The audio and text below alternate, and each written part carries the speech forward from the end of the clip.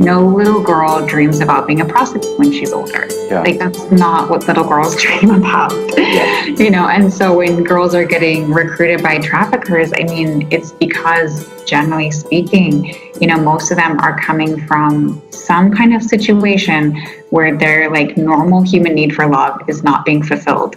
And this guy totally, like, from what they can see, they think he loves them. You know, he takes them out, he buys them stuff. You know, we can talk about that later if you want, Father, how recruitment happens. Yep. But it's not because they, quote unquote, want to do this.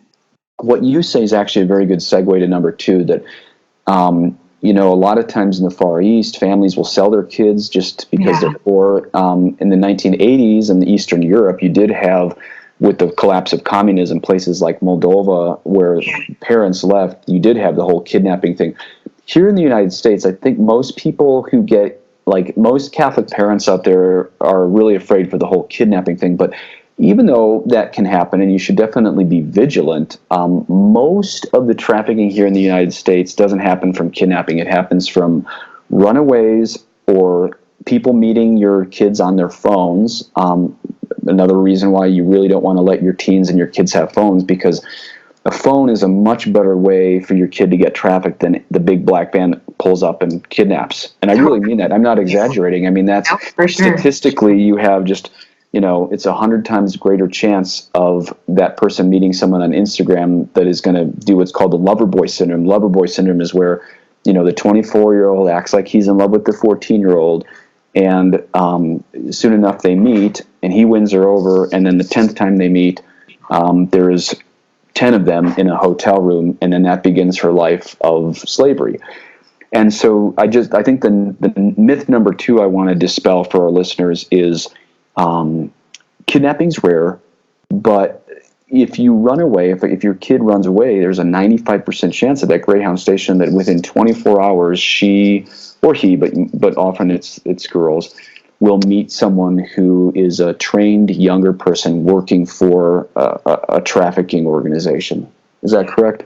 Yeah, we've seen it happen with a girl who had run away the same day, like a block from my house. She just happened to run into one of our staff, and like this girl literally just run away and had already been approached by a trafficker. She had his number, and she knew exactly what he was trying to do. She told our staff member, she's like, he's trying to make me a hoe. And like, she was like 14 years old. 14 years old. Yeah. And you made a great correction to me about in a bank, like it may not be a 60-year-old Russian guy. I mean, it could be a 21-year-old, because he's being paid to do the whole lover boy syndrome for these younger girls.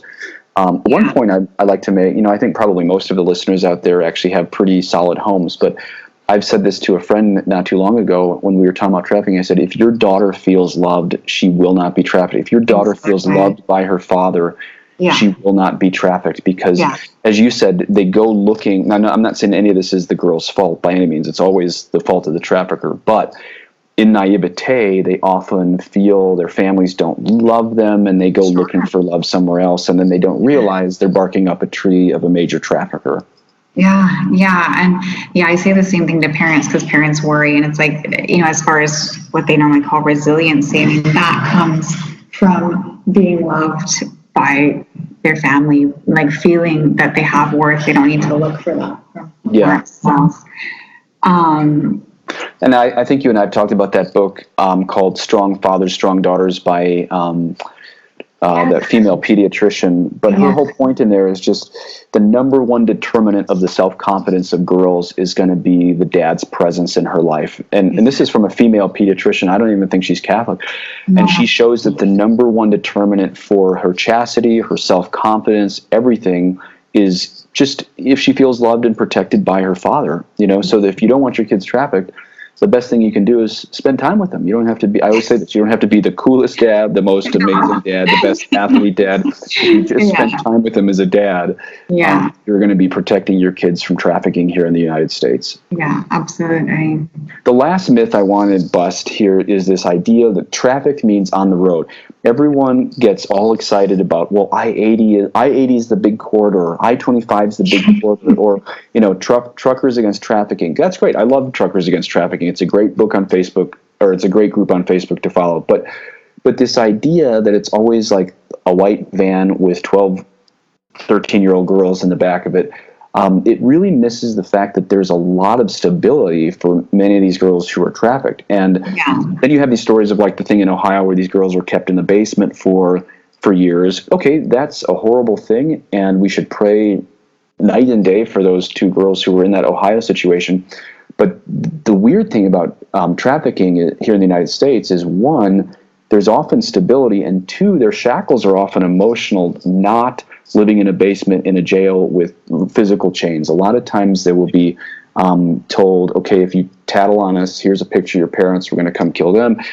They're so brainwashed that they're not kept in a cage or whatever here in the United States, and they often are living in one spot. So I just want our listeners out there to realize trafficked doesn't mean these kids are being moved around in shackles all the time. They might be living next door in a decent looking house, and they're so brainwashed that they're just boys and men in and out of that house.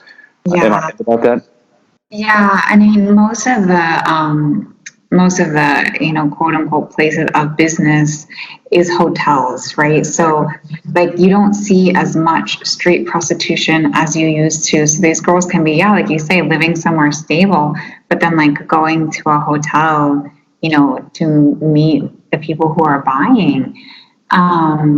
They usually say like that it's hidden in plain sight. Like it's people that you see, but you don't know, you don't really know what's happening. And, another factor that's common, I'll say it like this. In the LA courts, they did a study on, girls and boys who've been trafficked coming through the court system. And they found the number one, this goes with what you're saying, Father, the number one vulnerability factor for the youth that had been trafficked was actually child neglect. It was the first most common thing among kids that had been trafficked, child neglect. The second was child abuse, sexual and physical abuse. Mm-hmm. And that's 100% across the board, what we see with everyone that we've served over the last 5 years. Incredible. Yeah. Tell us about the vision for recovery women and the girls. Obviously, those are two very big questions, so maybe we'll split those. What is your vision for recovery? What do the women most need? And what do the girls most need that you provide there at Children of the Immaculate Heart? Yeah, it's what you were saying before. It's tough because these girls and these women have had their trust betrayed at like every level. And so, in a really like simple way, what we're trying to do is to love them back to life. Yes. That's where you're saying that trafficking, kills their soul. That like you have to earn that trust, and of course, we provide, services like housing, case management, individual therapy, food and bed and all the basics. Exactly. Yeah. Basic stuff, support group, whatever. But like the biggest part of the work, like there's some great like TED Talks and stuff out there about trauma, and trauma-informed care. And, one of the big things with trauma, and see, here's the thing, like, and this is not to like, minimize anyone else's trauma, but like the trauma that these, girls and women experience or have experienced is like every day over and over again often for years, right? I really can't imagine anything as bad as this. Yeah, I mean, so they're calling it complex trauma, and there's like a push to get it approved in like the DSM-5 or whatever. So it's not, there's not technically an official diagnosis for it, but there's people pushing for it because it's not like a one-time near-death experience that you have to recover from. It's like every day over and over. 10 near-death experiences a day from the age of 8 onwards, with strangers you don't know on top of you. Yeah. I mean, like some of our clients, like I'm thinking of one in particular. I mean, it's kind of the most heartbreaking case, but I mean, we're talking about somebody who was sexually abused from the age of 5 to 15, ran away, got picked up by a trafficker, and then was trafficked till she was in her mid-30s. So you're talking about 20 years of sexual abuse. Yes. And like, it's just, most of us can't even imagine, what that does to a soul, let alone to a body. So it's one of the things that they say is the strongest thing to break through, because what trauma does, it actually affects your brain. Yes. It puts your brain into like fight, flight, freeze mode. So you're in this kind of overdrive where your emotional brain takes over your rational brain. Mm-hmm. And so it's very hard to get out of that because you've been in this heightened, dangerous experience and miserable experience for so long. But one of the things that, interestingly, that breaks through that is actually often like a relationship with somebody that you trust. And so much like the heart of our work here is building that with them. And different people will connect with different staff members, but really letting them experience like love, just Christ's love, pure Christian charity, whatever, to the best extent that his poor instruments here can. But, really letting them experience the love of Christ, like through us, and letting that be kind of what brings them back to life. And then, of course, all the other things, come after that, like job training and all that stuff. But it's really letting them kind of experience what it really means to be human, which has been really stolen from them. And I remember learning, when you and I were learning from Lauren at the same time, I was really surprised at really how some of these girls run away and have drug problems. And again, I want all the listeners to hear they never, ever, ever chose that lifestyle. But because they see themselves as so worthless, they can often misbehave in the homes and leave for drugs and stuff. And so I think any listeners out there who just have their heart broken need to realize that at first, these are not the sweetest girls you're going to take care of. Again, none of this was their fault, but they don't turn into the sweetest girls because they have no self-worth and they get addicted to all these other things. So you guys have a real challenge at bringing that trust. It's not like that trust is won overnight after they've been used by everybody their whole life, right? Yeah, no, not usually. It is. I mean, that is the biggest, I'd say that's the biggest challenge that staff have here, because everyone comes in with huge hearts, and some good professional skills and stuff too. But like having that first experience of like having a client get really mad at you or something is like, wait, but I'm trying to help. But it's good, and for me, it's actually been a really good reflection on like how we are with God. Like God always has our best interest in mind. He's doing everything for us. And sometimes it hurts. Like for these women, going to therapy is not easy. It's not easy for anybody. But I mean, like, it's not easy to have to hash through these experiences. Like you would rather just run away from them, but unfortunately the effects are still there. So you've got to deal with it at some point if you don't want to deal with the effects. And it is that. It's like we don't trust him. And so we kind of fight back and stuff. And it's like, okay, just trust me. And it's like, oh, wait, shoot, I do this too. That's a great insight. Wow. Yeah, well.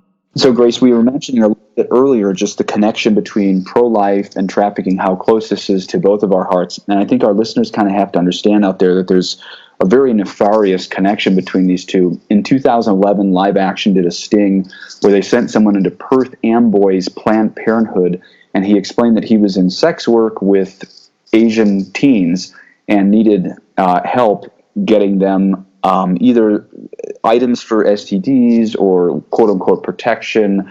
And of course, they asked no questions. Anytime that someone says this, of course, we're talking statutory rape. And Planned Parenthood was laughing with him and promising whatever they needed for this guy. Essentially, he was a trafficker of children. Even though this was a sting, he wasn't real.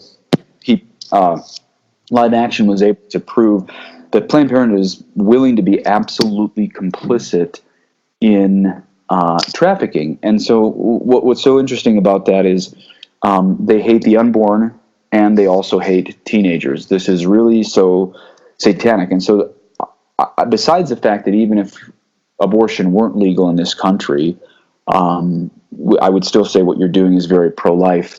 But I think there's a deep connection between what you're doing and the pro-life movement. And sometimes we learn those things when we see what Satan is up to. Absolutely. Just kids. Yeah. Yeah. And, you see it too in very practical ways. I mean, it's maybe it's obvious that you can't have the level of trafficking that you have now if you don't have contraceptives and abortion. Like, you can't sell someone 10 times a night and not have them get pregnant like every month, right? Yep. So, like, I mean, it's just such kind of a predecessor to trafficking exploding in this way for the legalization of contraception and abortion. And not to mention also pornography has a huge relation to it as well. I mean, there's kind of three main ways that pornography and trafficking intersect. One is very simple, just that many images in pornography are made by people who are trafficking women, right? So it's images of people who are being trafficked. Also, and children. Yeah, for sure, especially the kids. Yeah. And all addictions work in the same way, right? So, like, you always need a higher peak to get the same dopamine rush, feel, whatever. And so people often start by looking at pornography, but then they want to act out what they're seeing. So women have told us that men will come in with pornography telling them that this is what they want them to do. And on the other side, traffickers will show girls or women that they're grooming pornography so that they know what people want them to do. So it's like completely, they're just all hand in hand with each other, like you said, diabolical elements of our society, unfortunately.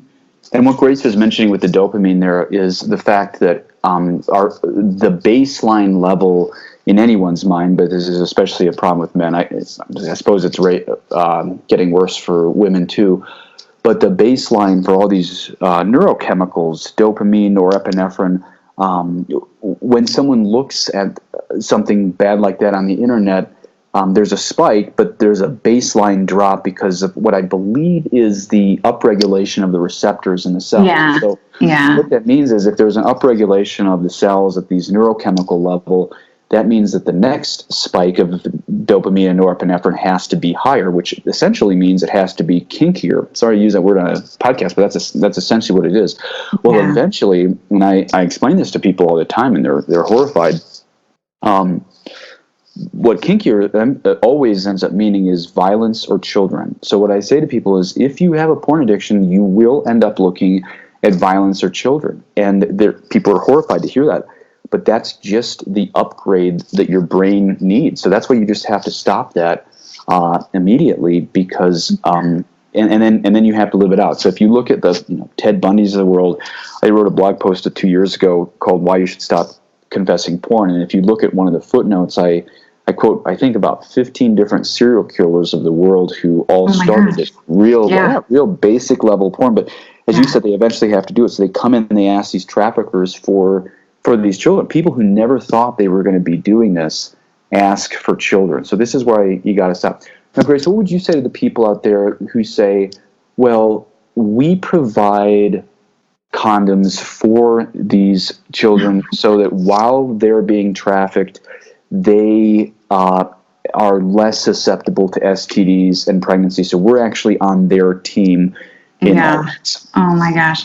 That actually has just come up on a county committee that I'm on. They call it harm reduction. And I didn't know what that meant and asked for clarification. I was like, oh yeah, no. So I actually might end up resigning this committee over this type of thing. But I mean, you can't help aside from the obvious ends don't justify the means type of thing. I mean, you just can't help someone by doing an evil, right? I mean, if the whole trafficking rests on the fact that there's readily available contraceptives for anyone basically for free anytime, that's not helping them. Helping them is giving them another opportunity in life to get out, not just, making it less quote unquote less dangerous for them out there. It's never going to be safe. It's not safe to sleep with 10 different men a day that you've never met who are often kind of psychotic. You're not mentally healthy if you're out there doing this stuff. So, it reminds me of the argument of hey, we know that there's people involved in the transatlantic slave trade, but we want to sell these cups that are padded so that your slaves don't hurt their wrists quite as much. So we have chains and shackles that are padded instead of the normal ones. Yeah, it's still keeping them in the exact same shackles, right? Yeah. Well, Grace, tell us some of, just since you got it going, I know that there's been some external forces putting some different brakes on CIH, but you've been doing great work with women and recently started with the underage, helping them in the state of recovery. Any glory or inspirational stories or anything you just want to add about the work that you've done so far, what you've seen in your workers, what you've seen in your clients? I don't know, anything? Yeah, one of the things I think that, with anyone in this work, you kind of have to be in it for the long haul and not ready for the glory stories on like day 2, Mm-hmm.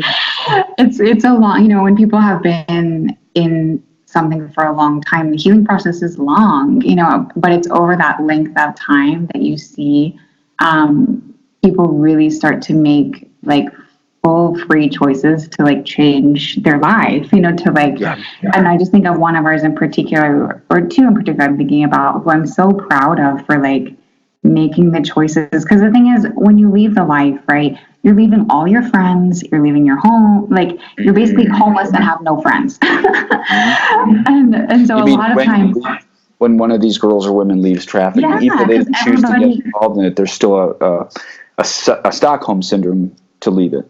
Yeah, and I mean, their friends are the girls that they're working with, or like other people in the gangs and stuff like that. So when they leave, and that's part of why they, one of the factors playing into why they don't just, why don't they just leave type of thing. Yeah. Like that's everybody they know, and that's also their means of livelihood, right? Yeah. So, but it's a super lonely road. It's really hard. I mean, that's why we have a support group and stuff, but just seeing some of our friends, or some of our clients cut off those friendships. But it wasn't their trafficker, but it was not people who are like going to help them make good choices in life, and just seeing them make those really courageous decisions to leave this guy behind, or, like a lot of them have histories of getting in fights and violence and stuff too, just because you're trying to survive out there, and just leaving those behind and then trying to fill it with God, with good friendships, is kind of the things that I'm most proud of, because it can be addicting to that whole lifestyle. So it's a lot to like make those choices, leave behind that. And just so people aren't confused with what we said earlier in the podcast, I mean, when the lover boy syndrome kicks in and these people are innocently kidnapped via emotions and then eventually drugs and stuff, they're innocent at that point. And of course, what we're talking about now, why it's hard to leave, is just because they've been so ingrained into it. So it's not like they ever chose to get in it, but that doesn't mean it's then later they do have a difficult decision to leave it. So I think that's what a lot of people don't get. Well, why don't we just pull up in a cop car and just pull these people away? Well, because after that many years of brainwashing, they kind of wanted it. That not all of them, but they kind of wanted. Yeah, and it's not wanting in the sense that like probably you or I would think of like, oh, I want to go do this thing, or I want to go on this pilgrimage or something. But it's in the sense of like physically your body is addicted to a high, like fast paced, like lifestyle where everything is chaos. So sitting and being silent is hard because you've never done that. And that brings up all of the pain, all of the horrible experiences that's like anything that any of us have been through. It comes rushing back when you're silent and alone, right? How many of these women and girls think they're not worthy of a place like CIH? Oh my gosh. All of them. I mean, definitely, like universally, they all think that they're not worthy of being loved, for sure. And I mean, it's hard. Like one of the biggest danger for women coming out of the life, I heard a great therapist give a talk on this, who had worked in sex offender treatment. She actually worked with traffickers, but understood that relationship really well between the trafficker and people being trafficked. Is that the biggest danger is that people get into domestic violence situations. Like they're used to being treated badly by men, and they don't think they're worth more. Yep. So they keep getting in these bad relationships. So that's like a huge part of their healing, is to, come to understand their own self-worth and, to understand that like God created them out of love for something good, not for what they've been, used for. One of the things that I found this fascinating when you and I first started studying this like 5 years ago, and maybe it's not as fascinating to you anymore, but our listeners might find this fascinating. This is kind of Trafficking 101 to you, who's 801 or 901 now, but I remember when you and I first started talking to Laura on this, the whole fact that a lot of times these girls will leave because they don't feel worthy. But if they have a horse, and the listeners heard that right, literally a horse, the guy that we learned this from in Colorado here, he didn't have to lock the doors to make sure that the formerly trafficked girls left and went back to the streets, because they're so interested in making sure that the individual horse that they own and they take care of is actually taken care of. And then not to mention just that equine therapy is so powerful for those with autism, for those with PTSD. And tell us just a little bit about the vision that you have to eventually get them on horses. And again, literally, I'm talking literally horses for our listeners out there. Yeah. I mean, some of it is also just, very simply getting outside of yourself, right? Where you don't trust people. People have betrayed you over and over. But horses are very, very intuitive creatures. Like they're very attentive, to people and to people's moods and things like that. And, so it's that, and whatever, every little girl loves horses, sure. myself included, when I was a kid. So it's just that bond that's created. And like you said, it's something for them to take care of, a responsibility they have that they know if they're not there, that horse isn't going to get. So yeah, it has. Because have they ever taken care of anything? Yeah, no. I mean, that's the thing. And that's actually on a slightly different note, but related. Why I really enjoy working with these women who have kids is because their kids are usually their motivation to keep going in life, their motivation to, get out of life at all in the first place, but then to like keep going is because they want to provide something better for their kids than they had. And so it's really kind of Christ's redemption through, a situation that was otherwise terrible. Now, I don't think any of my listeners out here would say this, but what would you say for the people who are pro-life with the exceptions of rape and incest? I wasn't planning on asking you this, and I give you any prep for this question, but I mean, the fact that you work with women who, have children post-trafficking, from their trafficking, what would you say to anybody out there who would say, well, I'm pro-life except for rape and incest? What is that child, like, a lot of people who are pro-abortion will say, well, that child ends up a reminder of the violence in their life the rest of their lives. What do you say to them? I mean, as far as that argument, like, it's kind of irrelevant because you're not going to forget anyways. Do you know what I mean? Like, traumatic events don't just go away. Yeah. Period. Like, whether or not you have a child from an instance of rape, like, it still needs, that situation still needs healing. That person still needs to be able to work through that. And so, it's true, the child would be a reminder. But again, it's kind of the same thing as handing out condoms and stuff to kids on the streets. Like, a bad act doesn't make a good one ever.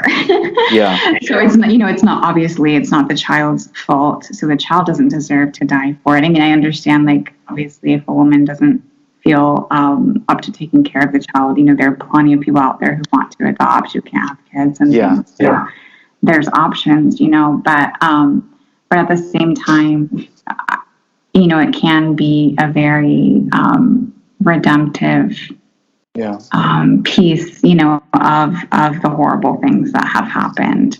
And that's what I'll see. I mean, in less dramatic situations of just like a woman who was raped once, who gets pregnant, a lot of times they say, with this death to me, with this violence, the only good that came out of it was the new life of this child that they have. So there's almost the passion of Christ and the resurrection. The passion was the rape, and the resurrection is this child that they have. And this isn't my words, just imposing it on them to sound religious. The people who do decide to have their children, after being raped say, this is the only good that came out of the worst day of my life is that I have this child here, you know. Yeah. And even if they adopt away, that child is still a living, breathing, eternal soul who will live forever. Yeah. God continually brings good out of evil. Well, great, Yeah. Grace. What do you, without betraying any confidences, do you have any prayers for you, CIH, your administration, your clients, your health, whatever you got? Let us know what the listeners can pray for. I mean, just in general for all of our staff, of course. I mean, one thing that we know here is that, you know, it's apostle only comes from interior lives and from people's prayers. So that's like for sure something we can always ask for. In particular, you know, for our licensing process for the refuge as well. That's the home for 12 to 17-year-old girls, for those who are listening. There's a few little hang-ups over them wanting us to provide, you know, transportation to abortion contraceptives and stuff like that, which obviously we're not going to do. Mm-hmm. So we're working out that right now. Stay tuned. And just in case anyone didn't hear that, so the refuge is for 12 to 17-year-olds. This is the age that we're talking about that Grace and Children of the Immaculate Heart is helping here. So again, if anyone was not tuning in at the beginning, this is here in the United States, 12 to 17-year-olds who were sex trafficked coming into a home of recovery here in the United States.